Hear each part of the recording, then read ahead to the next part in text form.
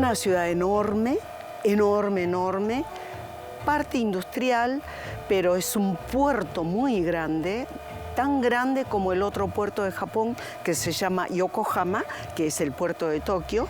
Esto es puerto de casi de Osaka, que es otro puerto industrial.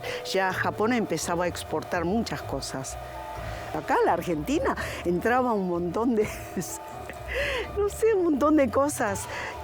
Chiches, radio, cámara, no sé, cámara fotográfica con radio, no sé, un montón de esas cosas bastante tontas, que todos eran, ahora son o chinas o coreanas o tal vez vietnamitas, malayos.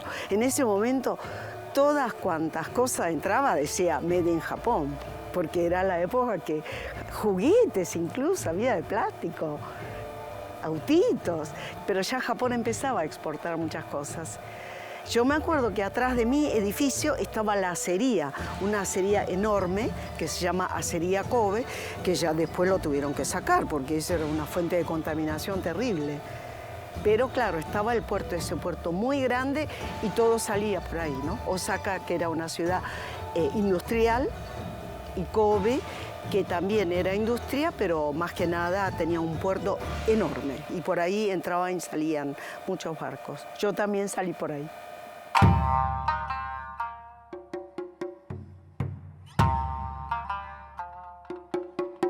Nosotros vivíamos en un edificio, mi papá trabajaba en una universidad, él es militar de origen, pero es sociólogo, entonces trabajaba en esa universidad y nosotros vivíamos en los primeros departamentos, por decir así, sociales que se hicieron en esa ciudad. Tercer piso por escalera. Japón ya había salido de esa época muy dura, posguerra, y empezaba a marcharse, una época de mucho trabajo. Todo el mundo trabajaba mucho, muchísimo, muchas horas, sábados, domingos, ¿no?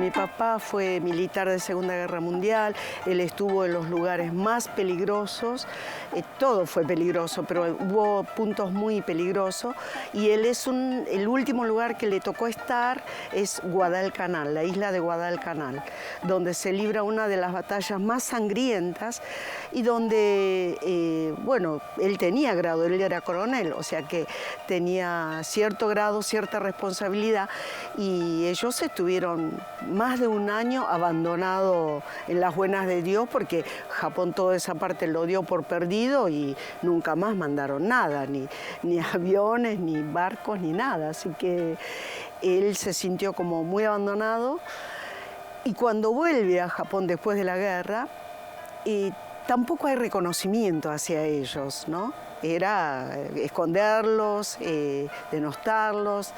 La verdad, un trato horrible.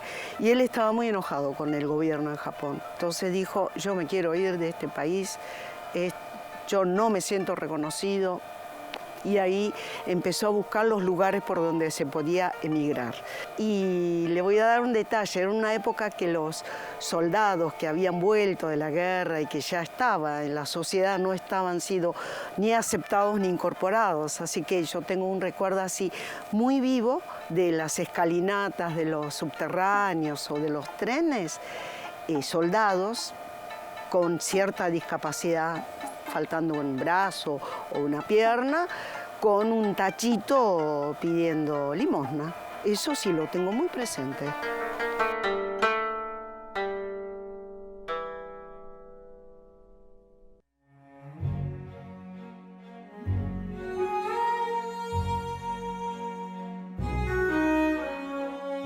Los únicos lugares que tomaban japoneses era o Estados Unidos, que él jamás iba a ir, y después algunos países de Latinoamérica, de América del Sur, Brasil, Argentina, Paraguay, Bolivia, Perú. Chile no. Entonces, él empezó a estudiar un poco esos lugares donde iba la inmigración, porque era acuerdo entre estados, o sea, el gobierno de Japón con el gobierno de Brasil o de la Argentina, esas cosas. Y él decidió que Que no, que el futuro estaba en la Argentina, porque hacía poco que había estado Frondizi en Japón, había lanzado un libro en japonés que se llama La esperanza del mundo, Argentina, que lo tengo en japonés todavía yo, en mi casa. Y eso fue, yo creo que él habrá ido, no estoy muy segura, si en el año 59 o 60. Y ahí empezó mi padre a pensar dónde se podía ir y le gustó la Argentina, ¿no? Dijo, no, me gusta la Argentina. Habla español, que es un idioma bastante importante en lo que respecta al futuro, porque la población de hispanoparlante era muy grande, cosa que Brasil no, porque Brasil se limita a Brasil, Portugal y algunas que otras colonias, nada más, pero español no. Y dijo, no, me gusta la Argentina. Entonces ahí empezó a indagar sobre qué lugar de Argentina se podía ir, porque no era que uno podía venir, me bajo en Buenos Aires y ya está, no, es un acuerdo esto. Entonces vio que Misiones, la provincia de Misiones en ese momento tomaban este acuerdo. Entonces el gobierno de Japón compra una parcela muy grande, arma diferentes colonias, entre las cuales una colonia que se llama Colonia Luján, en el pueblito de Garoapé. En el año 1963 llegamos nosotros, pero yo creo que la gente empezó a mudarse a partir del año 1960, por ahí. Terminamos siendo 150 familias en ese lugar, con un lote de 30 hectáreas cada familia. Nosotros estuvimos 3 años. La gran mayoría de la gente se quedó entre 2 años y medio y a partir del 3er año, como nosotros, empezó a ir, porque eso sí que era inviable, de verdad era inviable, porque la gente tenía que cultivar, tenía que vender y tenía que vivir. ¿Y cómo? En un país que no habla el idioma, que no te asiste el gobierno en ninguno, sin médico, porque en ese lugar no hay médico. No había médicos, un colegio, una escuelita del interior muy chiquitito, no había mucha posibilidad. Así que la gente se empezó a ir, se empezó a darse cuenta que no, ahí no se podía seguir viviendo. Mi papá decide, entonces en ese momento mi papá se va, viene antes a Buenos Aires, busca un lugar donde él puede insertarse laboralmente y va a una estancia, le estoy hablando del año 67, por ahí, una estancia en Manzanares. Ahí había estancias muy grandes en Manzanares, muy grandes. Creo que el señor es una estancia de los Bancalaris de otra época y que después lo compra un señor que creo que se llama Félix Viñales, y él tenía una estancia como de 5.000, 6.000 hectáreas con vacas.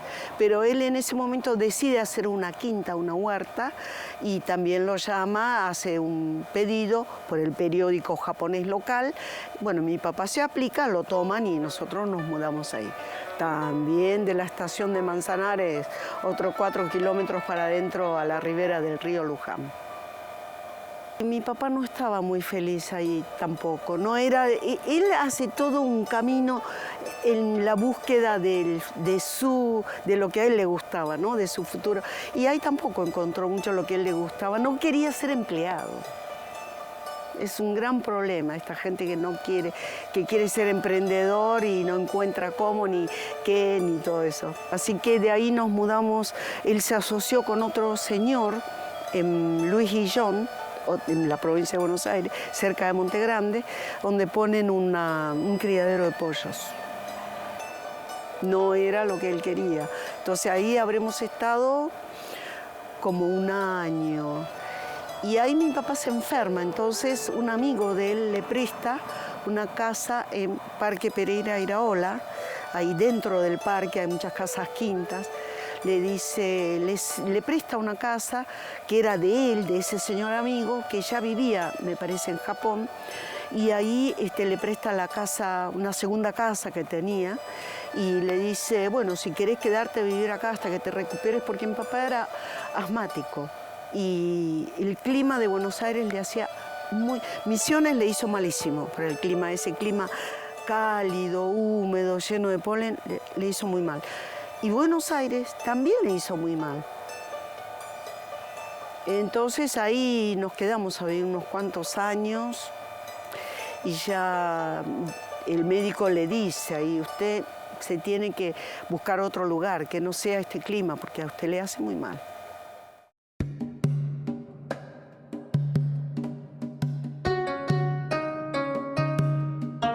Por el año 1979,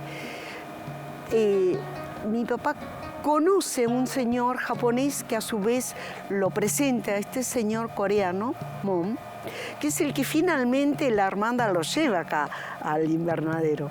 Entonces él trabaja en el invernadero haciendo verduras, que yo creo que terminó haciendo lechuga solo, no sé si hizo mucha variedad. Y bueno, mi papá se pone a hablar y él le cuenta, bueno, las bondades de Ushuaia, porque él, creo que él ya se quería retirar, ¿no? Yo creo que se quería retirar o quería alguien más que lo ayudara a trabajar, ¿no? Entonces le cuenta las maravillas de Ushuaia y le dice, ¿por qué no se da una vuelta por Ushuaia? Y mi papá se viene a Ushuaia, 1980. Y le encantó. Qué tema, ¿no? Le encantó. El clima, el paisaje, el clima le hizo especialmente bien. Con frío y todo, nunca más tuvo problema de asma. Pero nunca, ¿eh?